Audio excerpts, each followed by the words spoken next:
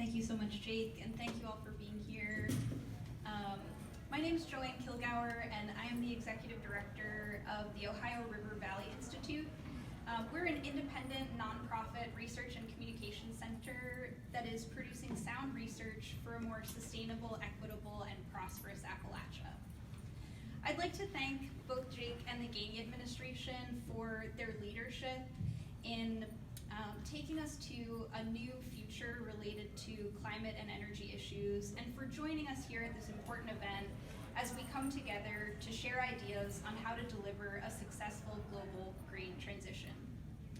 For those of us in the United States, this gathering is taking place on the heels of historic federal legislation, the Inflation Reduction Act that will lead to investments of $369 billion in climate, energy, and justice over the next decade, and the Infrastructure Investment and Jobs Act, which directed $62 billion in clean energy-related funds to be administered by the United States Department of Energy. The Inflation Reduction Act contains provisions that will fund the expansion of clean renewable energy and onshore clean energy manufacturing, improve residential energy efficiency, and expand access to clean transportation. But it also provides expanded tax credits for carbon capture, a still overly costly and unproven technology-based approach to decarbonization. The Infrastructure Investment and Jobs Act will enable us to invest in strategies to clean up legacy pollution from the oil and gas and mining sectors, to expand clean transportation, invest in weatherization, and reduce the energy burden for those most vulnerable in our communities, and develop a clean energy workforce and clean energy manufacturing capabilities. But the Infrastructure Act also allocated $8 billion in subsidies for 4 hydrogen hubs that has set off a race among fossil fuel states like Pennsylvania to position themselves as leaders in blue hydrogen and carbon capture use and sequestration. With these new legislative initiatives and the resources they convey, communities across the country, just like ours, are faced with important decisions on the direction of our energy transition and our approach to addressing climate change.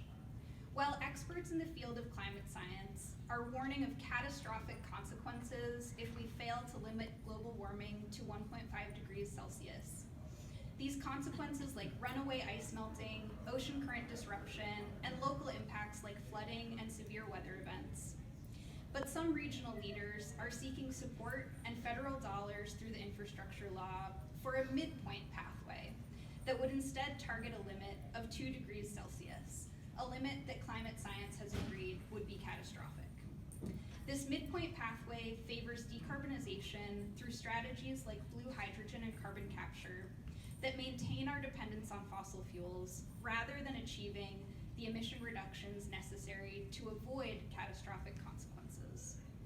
We instead propose an alternative pathway that enables us, even here in the 10-county region around Allegheny County where we are currently, to meet the emission reductions necessary to limit global warming to 1.5 degrees Celsius, cultivate new family-sustaining jobs, and leverage the federal resources available to maximize the climate impact and community benefits we so desperately need.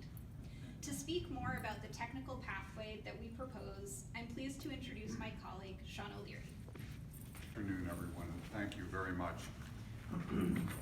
Leading analysts of U.S. energy policy, the REPEAT Project at Princeton and the Rhodium Group, agree that the Inflation Reduction Act puts the U.S. on a course that can result in reductions consistent with limiting global warming to 1.5 degrees Celsius. However, the REPEAT and Rhodium analyses diverge with respect to the route U.S. decarbonization is likely to take in achieving that goal. And for the Ohio Valley region of Appalachia, where we are right now, that divergence represents a difference between a future of job growth, economic prosperity, and environmental recovery, or one of job loss, population loss, and environmental degradation. Which of these fates will be realized turns on the role that carbon capture and sequestration plays in decarbonization. Rhodium forecasts some role for CCS in industry, but almost none in the energy. To demonstrate that point, ORVI has commissioned from the analytics firm Strategy the creation of a renewables-based decarbonization pathway for Western Pennsylvania with no need for a CCS hub and the hundreds of billions of dollars it would cost taxpayers and ratepayers. The strategy report won't be complete until November, but we have preliminary findings which are presented in greater detail in a video on our website, which you can access through the QR code that's visible in a few places. First, an energy system based on renewable resources will, unlike a CCS-based fossil fuel alternative, reduce emissions consistent to a level with limiting global warming to 1.5 degrees Celsius.